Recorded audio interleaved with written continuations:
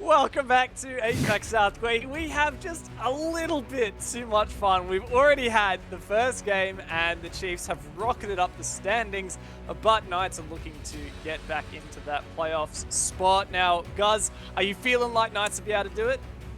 Of course, they're from OS, and OS is the greatest region for Rainbow Six Siege in the world. Absolutely zero bias in that statement. I do think they have a decent chance, but look, this is APAC South, so every game's going to be close, right? Yep. Well, Xenox, let's start breaking this one down. Seventh Heaven are a team that have really surprised us in Stage 1. Stage 2, a little bit lacking though. Currently in 7th place with 7 points are Seventh Heaven. Yes, there it is, the 777 joke from Dev Marta. Maybe you should hand back that hosting mantle to myself or Manic because you are putting it in the bin. Look, these guys though, they're not in the bin, and yeah, they're in 7th, but that doesn't mean that their stage is on the line, because 7th place is only 2 points behind 2nd place. So, a win here, and they can go up into 2nd. Yes, it is just that crazy here for APAC South. And these guys are more than capable of knocking off the Knights, who themselves have been a little shaky here in Stage 2. In fact, when you go and look at the Wikipedia, in terms of regulation wins, Knights and Order are the only 2 teams that haven't been able to get 2. So those 2 are actually bottom 2 for regulation wins. 7th Heaven at 2-0-1-2. So obviously they've suffered a few more L's than dubs, but that's fine. They do get it done, and they're a team you can't take lightly. Yeah, 7th Heaven... Oh, sorry, Dev. Jesus, Dev. Please, Let him speak. Please. Wow, he just wants to get in, doesn't he? No, 7th Heaven have been a team that I best describe as one that fails to amaze or does amaze and sort of blow out our expectations, right? In Stage 1, they blew them out of the water. We were like, wow, 7th Heaven are a serious threat. This season, or this stage rather, it's been a little bit wishy-washy, but I mean, as Zenox said, they're literally 1 game behind being 2nd. So, I mean, how critical can we be? One thing as well to point out is Cyan. Of course, he jumped in during Stage 2, replacing Ray, and he's been posting decent numbers. I mean, his rating is not the greatest in the world, but he is outperforming the player that he did replace and is finding himself a nice little bubble within this roster.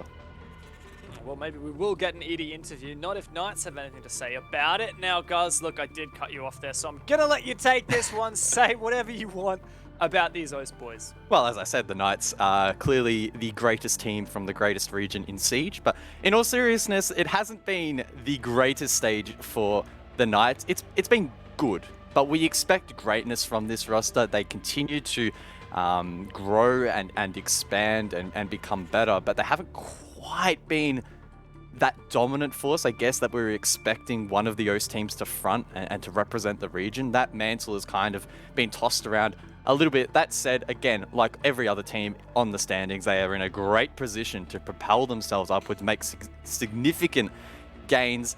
Nope. They're not. Okay, well, take the floor, Xenox. Prove me wrong. Well, I can say that within the last month, and this, if you're a Knights fan, you know, you might want to mute here if you're not already muted.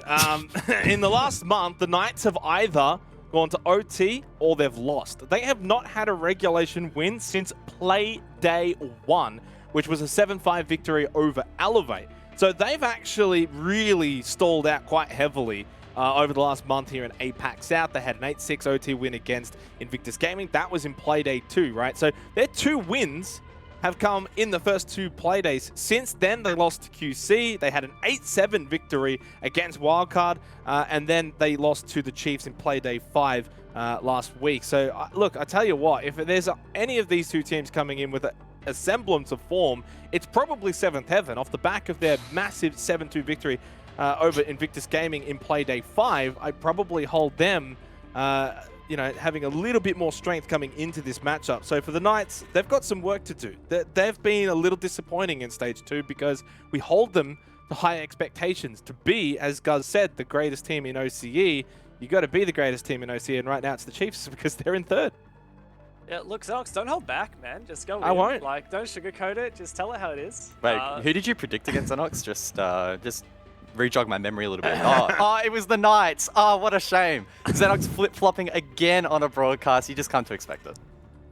Yeah, well, it is going to be a Had to tight go against game Raven. between these 2 teams. Honestly, if going against Raven is just consistently strat. becoming a better and better strat, already 1 for 1 for the against Raven goers for today's games. But look, guys, do you think 7th Heaven is really all that they're cracked up to be? Do you think that Knights is really the one in danger? Well, I mean, I picked the Knights with pretty fair confidence heading into this matchup. Sure, the Knights aren't at the same heights as they were previously. I like that stat that Xenox brought up. They haven't been able to necessarily get these regulation wins over the board, and I think that is really important. But when you look at the context of this matchup, both of these teams still have found themselves on the exact same amount of points on 7. So in that regard, they are pretty even in relation to the rest of the league as well. In Stage 1, the Knights did get a regulation win against 7th Heaven when they themselves, the Taiwanese team that is, were in some pretty good form. So I believe that the Knights are better in this head-to-head, and they just have a bit more experience. I think that will round them out a little bit better. Well, let's dig into it a little bit deeper. The map veto is ready. Now, last time these guys played each other, it was an absolute banging game on Oregon, but at the last hurdle, it does get vetoed out by the Knights. Clubhouse once again. Xenox, what have you got to say? Oh, I'm going to say I'm a little disappointed we're not going to Oregon. As you mentioned, the last time these two teams played was Stage 1. I don't know where I'm going with that one. And it was that very, infamous or famous Oregon, whichever side you're on, where, of course, Knights had a 6-0 start, and then 7th Heaven won 6 in a row as well, forcing the OT. It feels strange that that was the last time that these two teams actually met. We had the playoffs in between, but they never met in the playoffs because Knights stayed in the upper bracket and 7th Heaven dropped down pretty quickly. So, talk about a long time between drinks for these two teams. But Clubhouse, I think it's going to be more of the same, but I don't think we're going to see a 6-0 start and then a 6-0 comeback like last time. I wouldn't be surprised to see these two teams actually just kind of go back and forth, and the statistic that I brought up earlier kind of suggests that this most likely is going to go to OT. I mean, carrying on from statistics, 7th Heaven have a really good track record on Clubhouse, an 11-12 record. Of course, though, there is a big fat asterisk over that result. A lot of their matches recently, in fact, have been played in the Taiwanese Operation League and Clubhouse. And of course, the standard of competition is not going to be at the same height of APAC South. Now, it is a decent form indicator, but again, those teams not quite on the same level. So 7th Heaven heading into this one, probably feeling quite comfortable on this map, but we know the Knights historically have also been quite strong on this map. They've played it quite a bit as well, and the Knights, again, historically, very structured, very, very thorough, and on Clubhouse, that goes rewarded. Yeah. Look, it's no doubt that these teams are very tight. Like we've said, while they're not at the same spot on the standings, they have the same points on the standings right now, both at 7. And with how tight APAC South is, this win is very, very important. Could well guarantee either of these teams playoffs, depending on the other results we see in next week, of course. But Xenox, be real with me. Do you think 7th Heaven is going to take it? No, I don't. Simply because Raven tipped them, right? It's Flip-flop again. He's flip-flopped twice in the same segment. Not really. I tipped Knights. I'm trying to be impartial here and give, reasons as to why 7th Heaven are maybe looking good coming into it. But my gut feeling and my head does say that Knights will win this game. You can take guesses. I think it'll go to OT. I do think it will go the distance. I think 7th Heaven's going to really, push the issue. But I'm kind of anticipating Knights of old to maybe make an appearance here and get the job done, and especially with playoffs being as close as it is for all of these teams from 2nd to 7th, they need the points. Whether it's 2 points, at this point I don't think any of the teams care. 2 points is actually a lot. So even if it does go to OT and it's an OT win for Knights, they'll take that against an opponent like 7th Heaven who's on the same amount of points. And as I said, Raven tipped 7th Heaven. Dev, I see you've gone for 7th Heaven as well here, so it's Knights all the way. Does. I think in terms of if you want to look at win conditions for 7th Heaven, one player that needs to step up and has been really strong not only for 7th Heaven, but APAC South as a whole has been Souffle. We say his name a lot, and for all the right reasons. His entry stats are really impressive. His KD plus 12, so he's been posting up some really good numbers for his team. That said, 7th also need to do a really good job in shutting down some of the key players for the Knights. Haywood can have his moments. Sage, even on that support role, can go huge as well. So if 7th want to get the win on the board, there's going to be a couple of key players that need to step up, as well as those players on the Knights that have to be shut down, because when they look really good in the server, the Knights can be the best of the best. We haven't quite seen that necessarily in Stage 2, but it is, of course, still a possibility. Yeah, in terms of stakes here, I think both of these teams are starting to feel a little bit of pressure. In Stage 1, 7th Heaven were that dark horse. Can we even say that for them now? Do they have that kind of benefit of the doubt, or are we really starting to put some expectations on them? The same for Knights, right? 3rd overall in APAC Stage 1. surely, like with that result in stage 1, they would have actually qualified for the major had we, had one. So what are you thinking, guys? Like, are we expecting to hold these guys to the standards of their stage 1 performances? I mean, I think we have to, right? If you want to be posting up good enough results to make it to the 6th Invitational, which this league obviously feeds into, you need to post consistent results. You don't just automatically qualify off one good stage. You need to continually be mounting points for those global standings, and the one step towards that is putting up good results in the regular season. Now, again, being such a volatile and close league, just going a 1-for-1 matchup and saying, oh yeah, if you finish 3rd last stage, you're going to finish 3rd this stage, probably a little bit unrealistic, but you need to at least be putting the same form on the table. The same players need to be playing well. So yeah, I think it is realistic to expect teams to perform like they did in stage 1 and to try and hold them to account. And I'm sure that it's not just us holding them to account. They don't care what we think. They themselves want to try and push themselves and hold themselves accountable. And again, try and post those consistent results. Yeah, and looking on to next week as well, I think both these teams will have tough games there as well. So they're going to have to really step it up here. Is there a specific win condition for the Knights, Xenox? I know we roasted them a little bit earlier, and we have seen them kind of not be into form. Is there anything particular we'd be looking out for to, I guess, if you're a Knights fan, hope that they're going to be a bit better? Yeah, they need to get more rounds in 7th Heaven, and they also need to get more kills generally in those rounds as well, Dev. I can see you struggling here as we're obviously just taking a little longer to get into the game. So I'm going to do, and I'm going to throw a spanner in the works here. I'm going to ask you a question, Dev. Okay, oh, no. I want your thoughts on the game because you've obviously got our thoughts on it. I'm not an analyst. I'm hosting today. I'm not meant to do this. I can do what I want. I want your thoughts. Bust, dude. Can we move the like boxes around as well? Like, do you want to be host now? I'll just go analyst. No, I want your thoughts generally because obviously I think me and Guz have really gone in on this one and in this match quite extensively. You've gone for 7th Heaven. Why? I don't know, honestly.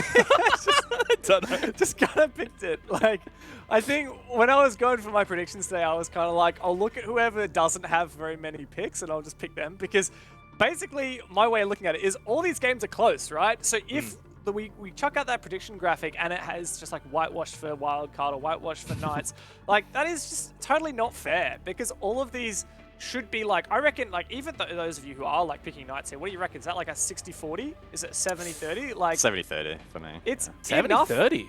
That it deserves to have at least one person picking 7th Heaven. But guess what? We don't have to continue kerfuffling around here. We have the game ready. Everyone's in the server. Raven and Manic are hyped. Over to you guys. I swear every time we come back from break, Xenox has undone another button. We're seeing more and more of that just to flourish out of the top, Raven. Creep it out. And look, we may well see one of these teams flourish here. I feel like Knights are certainly in, but I guess you're in the 7th Heaven camp. Is this purely just a curse 7th Heaven, or is this a legitimate pick from you? I mean, I guess a bit of both, right? Like, I'm always happy to see an OS team win, so if the Knights manage the victory, certainly no skin off my nose, going to be happy either way, but I genuinely feel 7th Heaven have some really good momentum at the moment. That 7-2 victory against Invictus last week, that really was kind of like a convincing factor for me. Well, maybe it's enough to convince all of us at home. Guess what? We're going back to our favorite map. It's Clubhouse, regardless of whether we like it or not. We're back there. And it is, of course, a game that will determine, again, part of this season. We just saw that Chiefs matchup earlier. They took all 3 points. They are now sitting at 3rd. If Knights win this cleanly, they will go to 2nd. It's just absolutely absurd. Actually, I'm pretty sure if either of these teams win it cleanly, they're 2nd, because they are on the same amount of points at 7 apiece. So this is where things get spicy. Down to the wire here in APAC South. Playday number 6, and everything is on the line. I don't know whether we're going to see overtime. I'll be completely honest. I think we're going to be diving straight into a regulation win. Oof, big call. That would be huge though, because as you were saying, both these teams equal 7 points. Getting a regulation win, getting 3, jumping them into a clean 2nd. Yeah, look, that is a juicy spot to be in and keeps them in touch with potentially the Mexico Major. Of course, that fate will be decided in our next game, if you confirm Elevate, but right now, yeah, these two teams both giving themselves best opportunity to stay in that running. Touching on the bans, though, here, Manic, we talked about it in the last Clubhouse match, the first game tonight. Always seeing a mixture of hard breaches banned on that attack side. The fact that both Habana and Maverick off the board will produce some interesting challenges. But at least with Thatcher up, it does mean that with Thermite and Ace, it's still pretty possible to do what is needed with those little mini games. Interesting to see a mute ban come out as the final hurdle.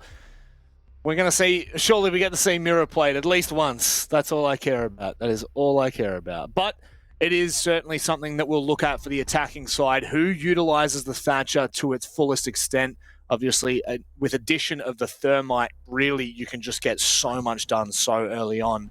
Now, one thing that I've noticed in APAC South is these Southeast Asian teams are incredibly good at bandit tricking. It's something that you're going to need to keep your eyes out on, onto ED, seeing whether he has the same potential. Now, not so much for Church, more so for when we get up to the Kennels wall in CCTV. But regardless, it will be, for me, something I'm looking for. And maybe for the viewers at home, something they could keep an eye on too. But let's get into it, Raven.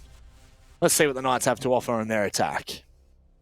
Yeah, super keen to see how this attack half does pan out for the Knights because, it really is such a telling factor on Clubhouse in particular. If a team does excel in the opening half on attack, well, you feel very confident being able to back them to close it out. So yeah, look, this could be a really big statement piece right here for the Knights.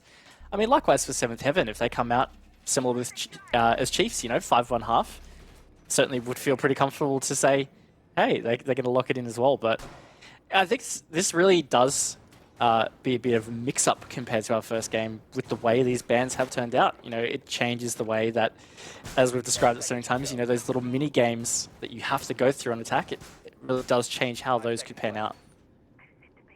I mean, every map has their own, their own set mini games that are played. Feel like definitely Oregon and Clubhouse are really the two most structured maps in our map pool at the moment. There's an argument for Villa, and every map is going to have it, but certainly these two maps that we're talking about, Oregon, Clubhouse, are so vitally important. Now, we are going to be going into a rehost, so we're going to have more time to talk about those mini games, Raven. So unfortunately for all the viewers at home, you are going to be coming back to see our faces with a little less chest hair than was on the desk before.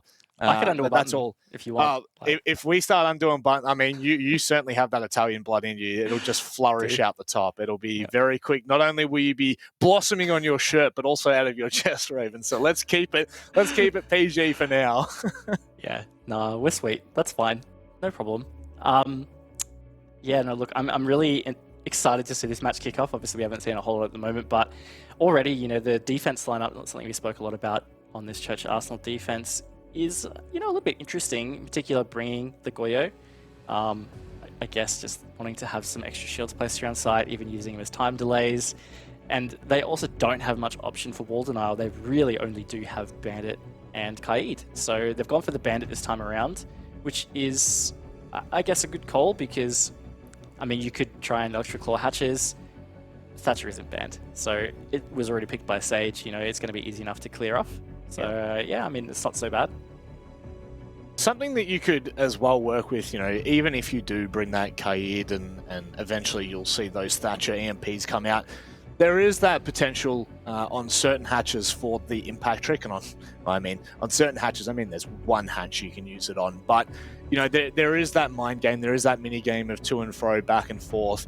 However, I do feel like that mute ban will kind of play a pretty big impact. We think about, especially in basement, if we ever decide to go for that roam on the top floor, it's vital that you bring something like either the mute or the Mozzie, preferably both. Missing out on the mute is quite big. And then when we think about the CCTV wall, the fact that we're not going to, well, not the wall, sorry, more the garage walls, we're not going to have that mute jammer at the top red. There are multiple factors here that we start to get a little bit more concerned for. The fact that we don't have 4 of those in the game itself for the defense, like you said, significantly less wall denial on that front. So I'm curious to see how that ban kind of plays out and how Knights decide to deal with it when they get on their defense, because and this is just going to be an outlandish claim, but I feel like Mute isn't banned a hell of a lot in OS on Clubhouse. Now, I could be completely wrong in that. I'd have to go back and have a look. But regardless, it does leave many questions into the air, especially when we do look down into basement. Like you said, with the Goyo shields, how are 7th Heaven going to approach these kind of rounds? Because we know that there is not a vastly different playstyle, but there certainly is a different playstyle from OS to Southeast Asia. Oh, definitely. And that's what is also really exciting about APAC South, right, is it does become that mesh of different regions that have fairly different playstyles. I really am going to drill in on your point, though. I think it is point to bring. He is the third most picked defense operator in the entire league right now. I know that's the case for not just APAC South, it's definitely the case in other regions, because Mute has really just continued to grow in strength as this game continues to move on, because his utility is just very, very helpful. And yeah, look, he's not banned all that often, less than 10% at the moment, in fact, in APAC South at least. So yeah, he's a strong operator. I don't actually have win percentages in front of me right now for him. That being said, I do know that Jess was talking on APAC South last night about the win percentage in APAC North. At the beginning of the night, I believe from memory it was 86%. That is a significant stat, man. Having a Mute in your lineup giving you an 86% win rate, that's pretty solid. So I think it is a really big ban here to come out on Clubhouse. Helpful for many reasons, not just wall denial, also those broad SSG style roams that we love to see on Clubhouse. Without the Mute, it's a lot easier for an attack to be able to shut that down. Way too much versatility on them. You're just kind of talking about the Mute right now. We just turned it into a podcast, right? Because we've already gone through the entirety of the stats for both of these teams for this map. We've already talked about the win conditions. So, you know, I do apologize for anyone at home that's just sitting there saying, Casters hit the big red button. Telling you right now, I'm looking at everything on my bloody desk. There's no big red button. There's a couple of weird headphones lying around. I got no big red button. I apologize. But I will, you know, double in onto the Mute's viability, if you will. The fact that, you know, not only do you have all of the ability with the gadget, of course, the Mute jammers themselves, but you then have the SMG11. You then got the shotgun to go to town on rotation. Like, there's just so much that you kind of bring when you are playing a Mute that I think that this matchup in particular will be. I am curious to see how the teams adapt on their defense. Now, Seventh Heaven's playstyle out of the window. You know, you are going to see that be quite a highlighted point, and obviously it is something that is very much being targeted either as a playstyle or as an individual player itself. But I'm really curious for this matchup in particular with the way that Guz and Xenox were talking. You know, I mean, Xenox flip-flops so much you wouldn't really know what he's wearing at the moment. It's just, honestly, it's so hard to keep track of him. I wouldn't be surprised if we come back from the segment, he's got a different shirt on. But it really... It does kind of bring to light how close this game can be. Last time we saw him play Raven, it was 6-6 on Oregon. 6 rounds straight for Knights in the first half, 6 rounds straight for 7 Heaven on the second half. An absolute barn burner by all respects, but it just one of those games you would never expect to happen in. And I think it's more, I think that's more indicative of 7th Heaven than that is Knights. Yeah, look, I agree. I remember that game from last stage too. That really was an absolute banger. I remember we were singing the praises of Knights like, oh wow, this is incredible. And then 7th Heaven brought it back. And I felt like for me, that was like the match last stage that really convinced me like, okay, 7th Heaven are a team we really need to worry about or consider as a really strong team moving forward. Now, unfortunately, at the start of this stage, yeah, they did struggle a little bit. They haven't quite put as many points on the board as we were expecting. That being said, you know, they've had 2 outright victories, and to put that in perspective, only one team on the standings right now actually has more than 2 outright victories. Every other team is just a combo of all the other ways to score points, but Q-Confirm's the only one that's actually broken that curse. So, yeah, look, it's really hard to gauge sometimes how teams are tracking in APAC South because of the way it can swing, and again, we've talked about so much the way the standings are looking right now. Everybody is so close. It is still really hard to picture what the playoff window looks like for these teams because there is 50 different ways that it could change by the end of this game, let alone by the end of the night. It's so true. It is really true. It is why I enjoy the new format of the overtime system. I know I've spoken about it quite a bit in Stage 1 and even Stage 2 I've touched on it, but the fact that we have 3 different kind of point systems as to how you can win and lose, and the fact that there is very much a varied degree of how these teams can accumulate points, I think really just goes to show when you look at the standings, the fact that every single team in APAC South has over 2 victories is, you know, regardless of overtime or full regulation. I think that's a really good highlight for us to be talking about, the fact that it's backing up everything that we've been saying since Stage 1, especially for people who might not have been tuning into APAC South as much. Man, this league is honestly super close. You know, sometimes you have top-heavy leagues, sometimes you have, I mean, it's kind of the same with the bottom-heavy league, but sometimes you do just have leagues where there are very much clear-cut better teams per se. This is just not the case. Even when you look at a team like Q Confirm on top with 4 wins and only 1 loss, 12 points they're sitting on right now, which is incredibly, I think, I want to say good. It's a crap word to use, but it's good, yes. I mean, it's accurate. Well, I mean, like it's just incredible for them that they are on those points. But do I think that they would be the team that I would be talking about this season or this stage being really the highlighted team? I would not even say yes. I'd say we look to Invictus, who have had a massive comeback. There are so many talking points. It's really hard to look at the standings and say that there is any clear-cut team. I mean, last season, Raven, Elevate were so far out on top, not just in points, but in the way they were playing. There was no question whatsoever. Whereas this stage, it is so damn close.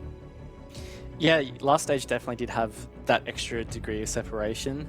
In particular, it did feel like towards the end, there was just some clear teams at the bottom. And then, yeah, as you identify, Elevate out in front, 18 points total. They went 6-1. That is 6 outright victories. Given how close the league has been this stage, 6 outright victories, wow, that's actually incredible. But it's not going to happen this stage. I mean, QQFM actually still could go 6-1 if they get victory tonight, victory tomorrow night. I think it's going to be tough and maybe unlikely, but at the end of the day, yeah, the league has this incredible knack of just being exciting all the way up until that last match, last Playday. It's actually fantastic to watch, and it's fun to cast because you never really quite know what you're going to get. No, any given day, you just have absolutely no idea.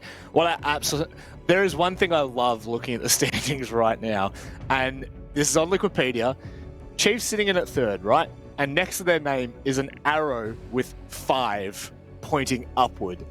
They jumped 5 places in one game, and if that doesn't kind of show and highlight what we're talking about, I don't know what will. The fact that either of these teams, no matter who wins, I mean, let's just say in regulation, whether it's Knights or 7th Heaven, they will propel up to 2nd place. And then it's up to Q Confirm and Elevate to kind of gatekeep them, if you will. And I'm just going to say one thing. This rehost may well be one of the longest rehosts that I have been a part of. I have literally started talking about everything that I could. I'm honestly about to start talking about what I had for lunch, Raven. It was going for that long. It does get tough when it's like a round 1 rehost, right? Because we can't deep dive and unpack rounds that have happened. No point talking about the last game too much either. We've prefaced this game pretty well. I'd tell you what. Oh, okay. I got really excited for a second there, Raven. Did you want to quickly? Did you want to finish your wording there? We're gonna go to a quick break. It's up to you whether you want to finish. I'm pleased that you think I actually had a point to make. I certainly was just talking on my feet, so let's do it. Yeah, we were gonna waffle on like breakfast. We're gonna go to a short break, and on the other side, we're gonna be back in the game. So don't go anywhere.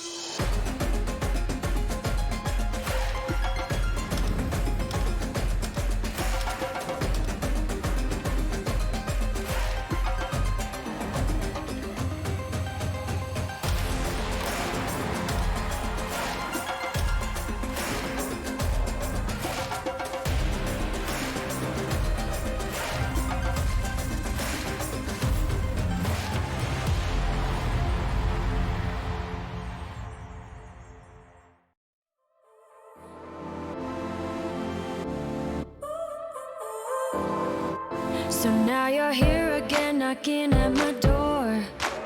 A little too late for, I'm sorry for. The lights went out 'cause you kept cutting the cord. chord, and I started to fade into your gray. See, I finally opened up my eyes, and I saw me coming back to life.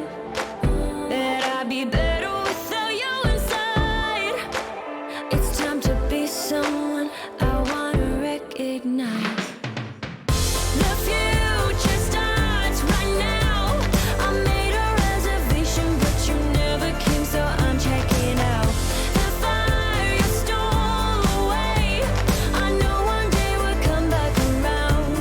The future is now.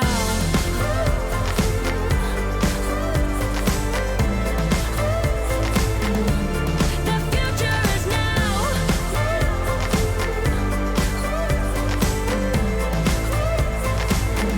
The future is now. I waited for you in the passenger seat. There's only so far I can ride in your dreams. While you were chasing everything else but me, I'm starting to break out from your gray. See, I finally opened up my eyes, and I saw me coming back to life. That I'd be better without you inside. It's time to be someone I wanna recognize. The future starts right now. I made a reservation, but you never came, so I'm checking out. The fire you stole away, I know one day we'll come back around. The future is now.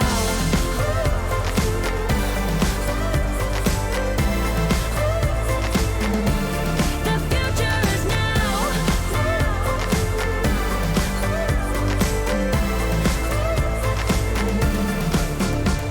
I'm not backing down, 'cause the future is now. Not backing down, 'cause the future is now.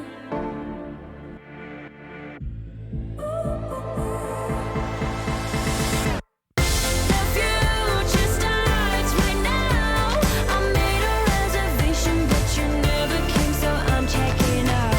The fire you stole away, I know one day we'll come back around.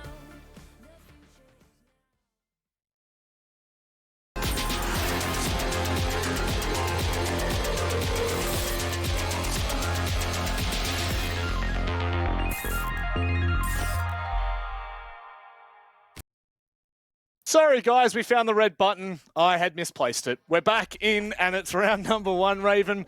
We get kick-started here. As far as I'm concerned, we have to restart with all of the same operators, so there'll be no cheeky, beaky plays here. We are going back down to the basement, and it does not mean that Seventh Heaven have to play the same way necessarily, but they certainly have to start the same ops. Yeah, definitely same ops, but that is the beauty, right? Is like if they decide afterwards if they were going to be a bit risky, they might second guess themselves and be like, hey, actually, let's chill out a bit.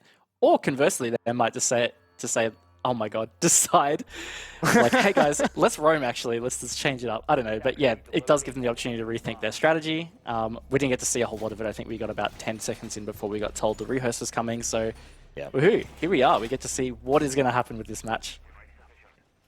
We've already talked about I think we've talked about the stakes of this match for the last 20 minutes and the play style of both these teams for the last 20 minutes. So let's just get underway and see how we're going to be approaching this one. Peak is going to be dropping a cheeky little shield in between dirt. That kind of lets us know that at the very least, Seventh Heaven will be contesting, even if it's for a small portion of it, in dirt, making sure that Knights aren't going to utilize that avenue early on. Now, from what I could see with the drones from Knights, they're going to know that they're not completely up and about on that second floor, but certainly they're going to need to be cautious. Really curious to see what that setup is with all the reinforced doorways on that second floor or first floor there from Pika. Yeah, I guess probably going to be more like sound cue, player coming from the west side, at least they'll know. Yeah, it could be interesting how that pans out. Certainly excited to see what the Knights do. And look, actually, Sage is coming directly from that side. He's going to use a breach charge straight to Billiards, though. What I'm really curious about, it looks like there is an interesting, nifty little aggressive room here from 7th Heaven. Felt like I saw, yeah, Pika is hanging out around the stairs. And ED is actually prone behind the bar. He actually is. He is hiding right now. Oh no, that... I mean, look, Knights... Okay, let's just preface this right now. Yeah, Knights are a team that very diligently... Oh my god, don't tell me. Very diligently drone, but maybe Sage has just, in a very small way, missed ED. And this could be a massive opportunity, Raven. He can hear the footsteps. He's going to be able to deny both players. Absolutely outrageous for a way to start. Oh my god. Oh, that is disgusting. What? Oh my lord, ED has literally just gotten away with murder. A 3k from being prone behind the bar. That is not a great way for the Knights to start, but what a great way for 7th Heaven to start this one off. Hard to see the Knights bring this one back. Really going to be tough from this position. Oh my god, that is ridiculous. Absolutely outrageous from ED. Oh, Dino catches a cheeky little rotation from Spirited. And Josh is now going to be approaching from blue. Look, they might be able to do this. A bit of information now being given across to the side of 7th Heaven. And just like that, Souffle will close out with the final 2. Wow, oh wow, what a way to start for 7th Heaven. That was amazing. And, you know, we kind of prefaced a little bit as we're talking. We're like, oh, they get a chance to sit back and think about their strategy and what they're going to do. Maybe they'll downscale it. Maybe they'll upscale it. I really hope they just talked during that little race and they decided consciously, all right, ED, go prone and bar, we'll try a risky play to make it happen. And boy, he pulled that off. That was fantastic to watch. Scary in a way as well. And just the power of 7th Heaven, I guess. ED, an absolute menace. And now, Knights will be, I think they'll be pretty harsh on themselves for that one. You know, obviously they'll just be moving on, not thinking about it too much. But that certainly comes down to that drone phase. That comes down to making sure that ED is spotted. Now, that is a really cheeky place to be. And, I mean, how many times in professional competitive play would you ever expect anyone to be there, Raven? That's really where the question lies. Regardless, though, that has been quite a large oversight. And now as we move on to CCTV, you know Knights are going to be a lot more diligent and a lot more prepared when it comes to that action phase. It's a great point, though. It's like, you really don't see it that often in competitive play where you feel like you need to be thorough and actually hard drone behind the bar. But I guess what you do come to expect, and it does vary team to team, teams usually try and get their drones in positions where they can track how many players have come up, in particular if it's basement defense, and how many players go back to site. So even if you don't know where that last player is, maybe you lost track, you might at least know they didn't go back to site, therefore they are roaming. So that's like the signal to drone more thoroughly. Clearly that didn't happen for Knights, they didn't get that. And here we are against Souffle, another aggressive play to start the round off. Doesn't net anything right now, but this is already what I would say a significant statement from 7th Heaven, saying we're here to win right now, and we're going to try all the risky plays if we need to. Now, if you remember me saying just before we kind of went to, we went into the rehost, Southeast Asian team's quite well known for their ability to bandit trick, or at least from what I've been watching. So I'll wait and see whether he's going to be able to do this now. It looks like he's been pulled away from. Don't know. I don't think that electric claw had enough time. No, it doesn't. And that is the Kennels wall well and truly open for now. I think it was just quite... I think it was timed well from Pika, but I actually think the second frag grenade destroyed it. Didn't quite see the result of it, but look, it was a fun little dance to watch just there. I felt like 7th Heaven had done a pretty good job at trying to hold that off, but also the Knights did a great job with using utility to make it happen, still open Kennel's wall, and they've actually given themselves a decent amount of time. So this is actually looking like a pretty decent attack from the Knights right now. Certainly is. Shaping up really nicely, considering it's only a minute 30 into the round, and you consider what they've already got. They've now got con control. 7th Heaven are really pushed against the wall, and in comes the use of the wonderful... Oh, hello, that is from underneath in the bar, not checked. And however, oh my, okay, I just figured out what happened. Hayward swung and found the kill, was very quickly traded, so there is no more bandit tricking from Spirited, which will allow the construction wall open. I apologize, it was really, I struggled so hard to see that then. Yeah, it was a little bit hectic for a moment, but importantly, the Knights have still come out with that man advantage, so the trade very important. Dino has taken out ED, that impact player from round 1, and just like that, the Knights, 4 versus 1 situation. Souffle, oh, he's down Diffuser though. That does give them an opportunity. If there's one player you want on the sticks right now, it is 100% Souffle. He might be able to find another. One by one, Knights go into his crosshair. This is well and truly doable. Josh needs to be so careful coming around this corner, baits it out perfectly, and unfortunately, he cannot get around the corner to face check Garage in time. A valiant effort nonetheless. Bit of a micro misplay there from Souffle. You can talk about some of the mistakes that you make in a game that cost you rounds. That pre-fire, just a little bit too trigger happy. You only saw the hands. If he'd just waited, I actually really don't think Josh would have looked at his angle, and then he had that op to take the 1v1. Either way, pretty good effort from 7th Heaven to drag that back, but positive signs from the Knights. They actually look like a very well-structured, decent attack after the unfortunate mess of round 1. Ooh, goodness me. And I guess back straight into the CCTV hold. Spirits had gone ahead, stuck the Evil Eyes. I'm curious to see what they plan on doing, the Maestro here, but I definitely agree with you there. Knights had really approached that with quite a lot of vigor, if you will, vim and vigor. And now we will be looking towards 7th Heaven to see what they can get done, what they can do differently. Now, Souffle down on that roam. I mean, could he have done more there, Raven? That's the big question. I just don't... In that position, that specific position, it would always be a little bit more awkward than to stick around and try and continue that fight. I don't even know if he died straight after. I'd have to go back and have a look at the VOD, but that could be to the detriment of Knights if they're not careful. I feel like if 7th Heaven have gone straight back to this site as well, they're confident they have identified something that can change. And that's always like a really key indicator. A lot of teams you'll see, especially on Clubhouse, because there's 3 very set sites that are viable. If you lose one, you kind of just rotate through to the next. But the fact that they're going back to back, I think, yeah, it really shows they've got confidence in what's going on and what they need to fix. That being said, I've actually just peeked at the win-loss stats for Clubhouse this stage so far. After 4 maps, Cash CCTV has only been won 23% of the time by the defense. So that's actually heavily attacker favored this stage. Jeez. Okay. What a cheeky little stat that is to look at. I guess then we kind of look to the gym and bedroom side of things there, Raven, where it's looking a lot more clear-cut at 67%.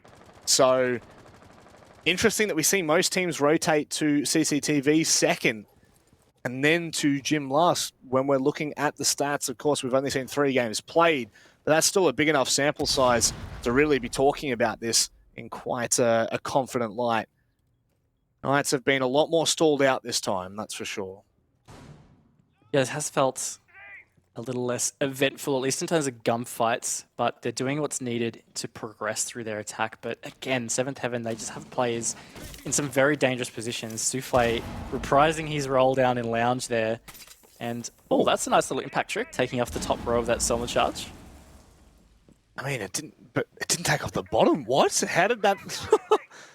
Must have been a pixel in it. And now Souffle is going to get into position to try to deny this once more. It'll be perfectly timed if they manage to find it here. I know you're going to see a little bit of information. Spirited has gone down. Not the player you really want going down in this position. So if they can get into a place where they can pick him up, be much welcomed.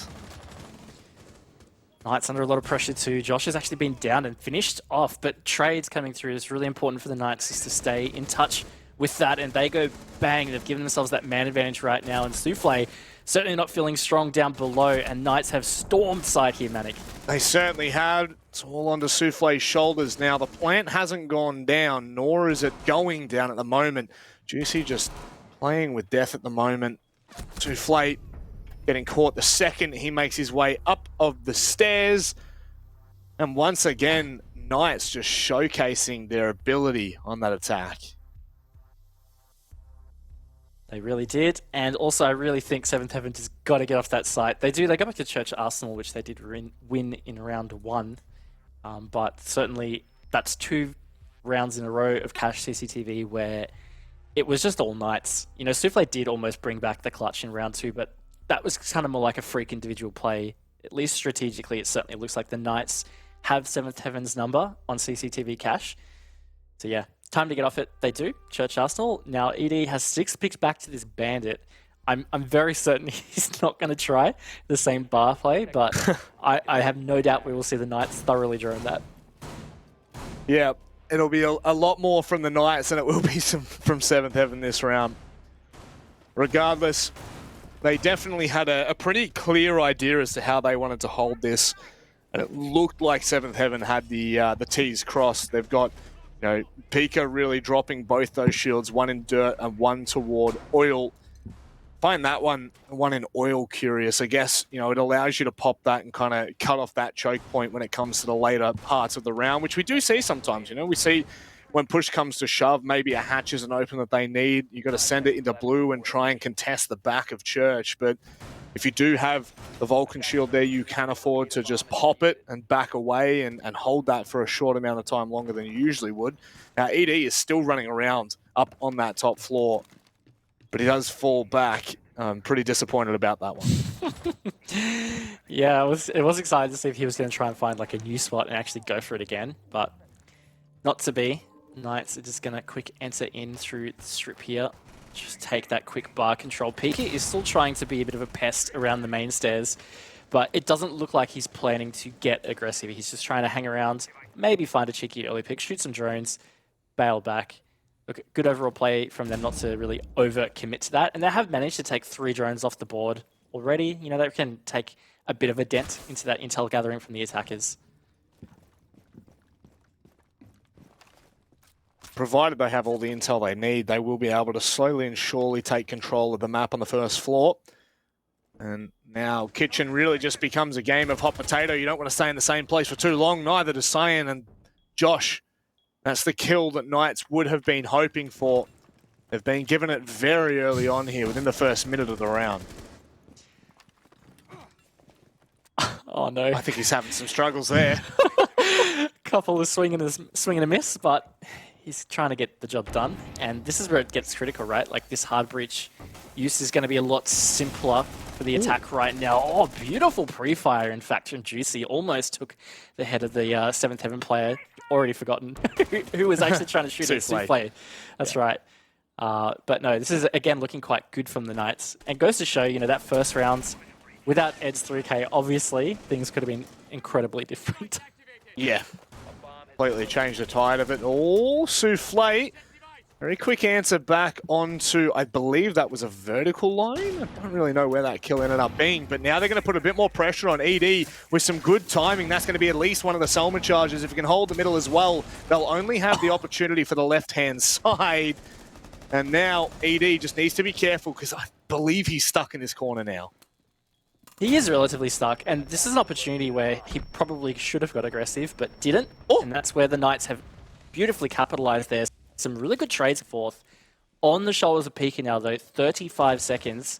He's got 2 Knights players to find. Josh just got taken very low by some electrostatic, I think. This is definitely winnable. Pika's moment to shine. Okay, they've got a bit of extra intel now, starting to plan at dummies. Pika, he starts to figure it out. That's an unreal C4. It does not connect, though. And Juicy swings from the back of blue to find the kill. Looking really good from the Knights so far, Raven. Very convincing in nearly every round bar the first. Yeah, and again, that first round really just dropped for them off a bit of a freak accident, if you want to call it that, right? Like, they just didn't drone bar thoroughly enough. ED got that 3K, and then it was all over. But yeah, ever since then, they really have stepped it up. These attacks have been quite nice. Seventh Heaven have definitely tried to fight back, and I really did feel like that was winnable for Pika, as it was for Souffle in round 2 as well. But not to be, the Knights are just looking quite thorough tonight, which sounds funny after how round 1 went. But outside of that, their attacks have actually been quite good. I guess that's the thing, you know, you you can't really hold any team to account just for one round when the following 3 are as clean as they have been. You kind of just push that aside and call it an anomaly, and you call it for what it is. And I guess on the flip side of that, we can ask Seventh Heaven what is going on right now, because it's just not looking confident, and it's not looking the same Seventh Heaven that we've seen in some of the matches. I need to clarify that. They certainly have not stood to the same standard of Stage 1. Even though they've still won 2 of their games cleanly, it just hasn't been the same Seventh Heaven that we were seeing week in and week out in Stage 1. And I think this matchup in particular is kind of highlighting some of those issues. Takes a gimmick for them to win that first round, and this is, after all, Clubhouse defense. Now, I've had a look at the stats, and it does skew actually favorably more so to the attacking side, 65% in fact, or 55% I should say, attacking sided. But still, it does feel like this should really be a much more favorable game for the defense. That's a huge pick to start. I was going to say, I don't think Peak has gone back to site. I think they're trying an aggressive play again, and there it is. It's been shut down perfectly by the Knights there in the first 30 seconds. And unfortunately, just for Seventh Heaven, they haven't really been able to replicate the magic from round 1. But again, probably more like a freak accident than magic. And this is where it's going to test the character of Seventh Heaven right now. They are facing a deficit from the half, to speak about it more broadly. They are on defense right now, and if the Knights win this round, they're going to be the majority round takers from this first half. It's actually very, very big. Oh, God, Hayward. I think we need to get you in the batting cage and give you some practice. Oh, that's all right. We got there in the end. Slowly but surely is how you win the race. The turtle in the hair, we all know that one, that's for sure. Oh, Hayward again. Well, if the swing and a miss was the case with the hammer, it certainly isn't with the crosshair. He's found himself 2 in the round already. Really great tight angle as well. If you try and replicate that angle in game, it is seriously a pixel. It is very tough to get that. So that is solid from Hayward right there. And yeah, this is looking pretty grim for Seventh Heaven. The Knights are really in the box seat to win this right now. I'd say this is like a solid 80% chance that the Knights close this round out. Outrageously clinical at the point. Souffle gets completely blinded, but Juicy can't capitalize on it. In fact, it's Dino who finds the kill. And now Seventh Heaven are stuck in essentially a kill box, and 1 by 1, this is going to be a flawless bloody round. Dino cleans it up. Statements are being made here from the Knights in Playday number 6. Yeah, right now they're eyeing off being 10 points deep in the standings with 1 day to go. That puts them in touch with that top 3, and certainly still in touch with the Mexico Major. That fate will be actually in the next game's hands, but this one is still going. The Knights certainly tracking towards the victory right here, and most likely to be in regulation.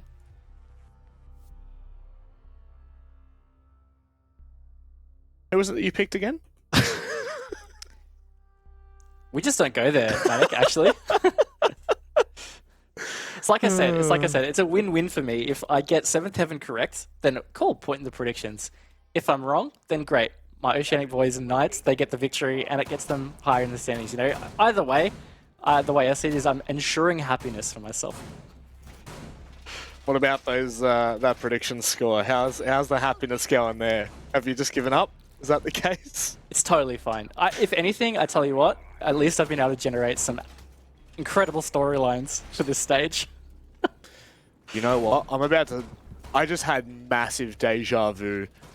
I don't know why. I just recall being here in another life, looking at Spirited putting up an Evil Eye in gym. And I'm pretty sure Seventh Heaven ended up winning this round in my deja vu. So there you go.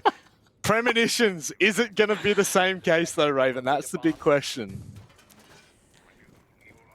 We will wait and see. But I tell you what, I'm pretty amazed that this is the 6th round of the half, and this is only the first time we've seen Seventh Heaven go to gym bedroom. They must have something that they don't like about it, and that actually concerns me because right now they've really struggled to win any of the sites that they consider their favorites. So they're 3 sites deep here. They've got to try and pull something out. Spirit just got tags through that drone hole. Yeah, really great shots from Dino. That could have been devastating to have lost him in the first 30 seconds. Wouldn't have been the first time either. I believe he was the first player to fall only 2 rounds ago as well. Juicing out, going to town on Kennels. Hands forced to fall back. Pika's all the way down in the basement, but Souffle may not be long for this world. Just backs away, gets away with his life as well. What's actually incredibly curious about what you've just mentioned with Jim and Bedroom Raven is the fact that it is the highest win percentage of any site at 67%. It eclipses Church and Arsenal with only 3 less rounds or 4 less rounds played. Pretty crazy. It's pretty crazy. So, 7th Heaven, time to get the juice on. If they can get a 4-2 half, certainly still within reach. It's going to be a testing attack half the door, as it has been for Knights, but they have been coming out as the top student from this test. They stand to have a 5-1 half. Right now, they've got that opening pick. Opening double, in fact, Manic. Wow. Triple, it just keeps going. This is incredible. Oh, like a snowball headed down a hill, it just keeps gaining speed, gaining momentum, and gaining size. Haywood finds a double kill in the round.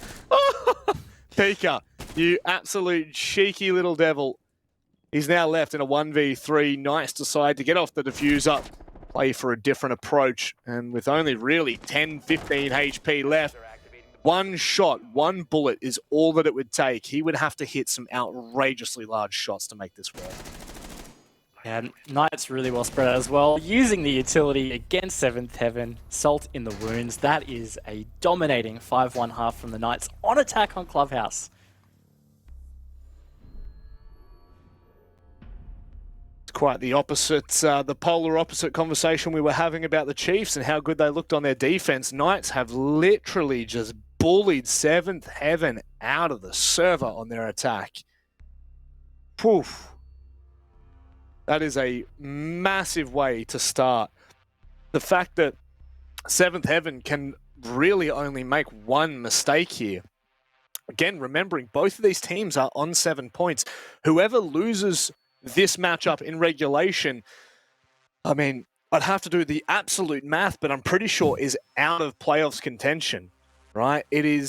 It really does come down to the wire like this. With only 2 games left in today and then 4 the following Playday, there just is not enough time to be allowing yourself to walk away with a game without any points whatsoever. So they have a huge mountain to climb in front of them. That's for sure, they do. I think there might be still a slim chance if they outright lose this, but 7th Heaven, they are... Yeah, they're leaving their fate in other teams' hands, basically, if they do. Yeah. And certainly if they don't at least claw back and get an overtime loss, you know, that definitely gives them a glimmer more of a chance. But either way, yeah, without winning this tonight, I think it's very unlikely for 7th Heaven to make playoffs. So this is a big deal right now. On top of that, 1 round will stop them from even getting the 3-point possibility. It'll be all about overtime for them in that instance. So the Knights are in the driver's seat. They have full control of this bus, and it is heading to the Knights victory terminal. With Xenox driving it, right? Oh yeah, he's driving any and every bus, just disclaimer. There's got to be a piece of content made for APAC South with Xenox just driving everyone around.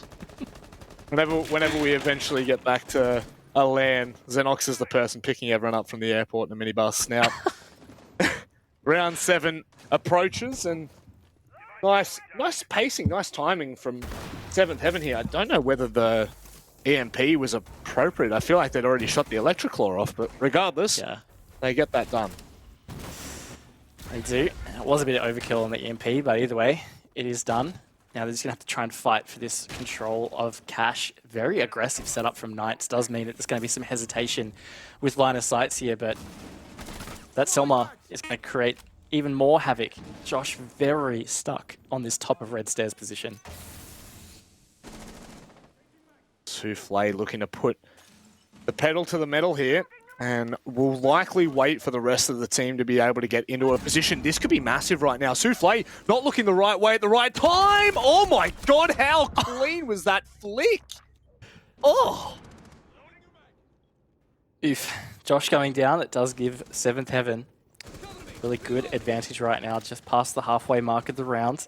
Juicy also got tagged super low in engagement. Didn't quite see through the outlines where that possibly could have been. But either way, yeah, it's a good start from 7th Heaven right now. They've given themselves a really good opportunity to be able to take this first round. No more mirror window for Knights to play behind in logistics there. ED now going to be spearheading this attack. Needs to be careful. There's 2 players. Juicy just needs to stay alive here. Realistically, could be the linchpin if they put too much attention to the left, which it looks like ED is doing exactly. Elsewhere, 7th Heaven getting to work. Hatch is now going to be open, Raven. But they're going to be careful. Oh, this is massive. Oh, no. Oh, how does he fix that? No way. Sage covers his backside. How did he fix that? How? I just think they were very confused. I mean, he had the advantage of chaos, right? They just did not know what was happening to them, and he had that opportunity to be able to fix it. Really great play from the Knights, not giving that away, and also just the backup from his teammates. They actually got it out of it. Pretty incredible stuff, and this round has been turned on its head. Certainly has. Looks like it might just come to its conclusion. An early conclusion at that. Dino being the last nail there, and my goodness, the performance of 7th Heaven not up to par with that of the Knights today. They've kind of, the Knights have kind of just flipped it back on 7th Heaven there. I mean, that was a 7th Heaven round, from my eyes, looked very likely to be theirs. They had done a pretty good job with the opening phase. But then, through a cheeky little play, they got a 3K. It's exactly what happened to the Knights in round 1 of the first half. A little bit of a different situation, but regardless, they've done the old Uno reverse card. Here we are. Knights are up 6-1. I really don't see them not locking in 3 points right now.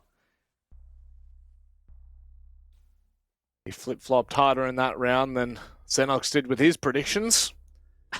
And really with any statement he ever makes. Problem is, me and Xenox are far too alike. Whenever it comes to the analytical desk, we both just go, yeah, but there's always a chance, you know, there's always an opportunity. Any team can play well on the day. There's always that crutch that we fall back onto, so I can't really have a proper dig at him. That's for sure. I will say this. This is probably the best the Knights have looked, honestly. And whether that's 7th Heaven playing into them and kind of allowing them to look this good, or whether this is them as a team flourishing, it just looks so damn good. Yeah, I will echo that. They have looked really good tonight. On top of the fact, I would say, I feel like 7th Heaven really botched their defense half. But like, there were some things they were seeing in certain aspects of their strategies that just weren't there. You know, I'm looking back at these repeated bomb sites, in particular, Cache CCTV. Really felt like they should have just moved on. But yeah, these are the things, you know, in the heat of the moment, it can be tough to make a judgment. And sometimes you do just have to self, right? Like if they're confident enough to feel like they can repeat it, go for it. But ultimately, I really do feel like that's where this match has been lost for 7th Heaven and won for the Knights. Really curious as to what's happening right now. Knights have double reinforced the bathroom walls out by Spa. They've got a deployable shield up there. Dino's holding strong, but Pika's just negated that whole hold and has pushed right down the main stairs, is now looking straight down the barrel at whatever that they may need. I am so curious to see how this unfolds. I do like this because I guess, in a way, he's trying to catch a rotate back. Now, what's interesting is there is a Knights player with a shield watching long to bottom of main stairs. He might have seen Pika cross and called that out. There may be a very big awareness of the fact of the trap that is waiting to happen here. That is beautiful from Dino, though. The footwork, the shot to clear the Solmar, that's great. Oh, goodness me, making matters worse. This is such an intriguing round from the Knights, the way they're holding this. Without the mute, without the Mozzie, without the Vigil, this is looking so damn clean. Taking a new approach on that top floor roam, and 7th Heaven are left scrambling, trying to pick up the pieces. Pika has just watched the entire round unfold around him down in the basement. Very, very tough ask here. Knights have certainly got this in the box seat. Pika, they know his position. Dino's taking out ED. Manic, I think this is it. Oh, it is well and truly it. Knights making a statement here. 7-1 victory, 7 rounds straight. It doesn't get much more clinical than that. Massive 3 points for them on the board. They push themselves up to second in the standings. And clear in second as well. That's the big thing, is that up to 10. They are above Elevate with 1 point. Now, of course, Elevate and Q-Confirm yet to play But as we prefaced a lot during this match, this is such a critical match for both of these teams. But now the Knights getting the 3-point victory, they do have a shot to potentially still take first place for the Mexico Major, depending on the outcome of Q Confirm versus Elevate. Yeah, it's pretty crazy. There are so many scenarios that are left in the air at the moment, and I mean even one where Seventh Heaven may still make playoffs, and oh my god, talk about making play. I can't even see myself at the moment. If I move too quick, I might just fade into the abyss. I think Thanos has clicked his fingers somewhere, but Raven, we're going to be pretty happy with that from Knights. That is exactly that is the kind of commitment and statement we have been looking for them all stage long. Yeah, look, I feel like that's kind of what it is with Knights. You know, sometimes they go through these patches of being a little bit inconsistent, and we'll talk to Juicy in the interviews and be like, oh yeah, we're just working through some things right now. And something happens and just suddenly they're just really good again. And it seems to always peak at the right time. Certainly do. And I mean, there is no better time than the now, that's for sure. But we're going to throw it back to the desk. Enjoy before I fade into the nothingness. God, that guy is so cringe. I'm glad that we're done with that. But what a game from the Knights, guys. They went into it. They had some technical issues. The first round, they got 3K'd, and then it was just all them after that. Yeah, imagine how long that game would have been had we not had that technical. I think it would have been about a 10-minute game. So look, well done to the boys there for filling that rehost. That was well done by them. And honestly, they probably put in more work than the Knights had to in that matchup. Yeah, just it was over before it began. It was just one of those matches. We don't see many of them in APAC South. They just completely dominated their opponents, but it's really good for the Knights. This is around about the time you want to start peaking, heading into the playoffs. As Xenox was saying as well in the green room, this is their first regulation win since Playday 1 as well. So this is a really big win for them, and I think it's a good confidence booster as well. Yep. Xenox, do you want to elaborate on perhaps some of your thoughts? I know Gaz has taken your point, but I'm sure you'll find something. Look, I mentioned it not just in the green room, but also in the pre-match discussion there that, yeah, it's been an up and down sort of month here for the Knights.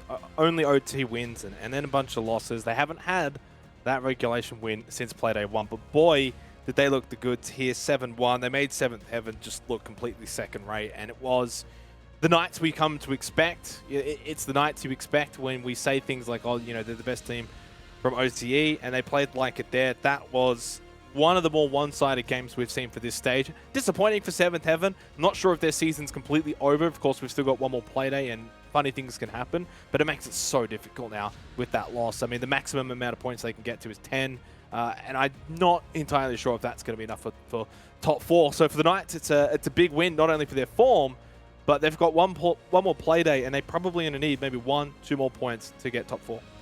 Well, that's it. Let's hear it from the horse's mouth. We got Juicy on the line after a pretty banging game, dude. Congratulations. And it's been a long time between drinks. How are you feeling after that decisive win? It feels good to get a decisive win after all this time. We've had a couple of games go to OT that we probably shouldn't have, and sorry, excuse me.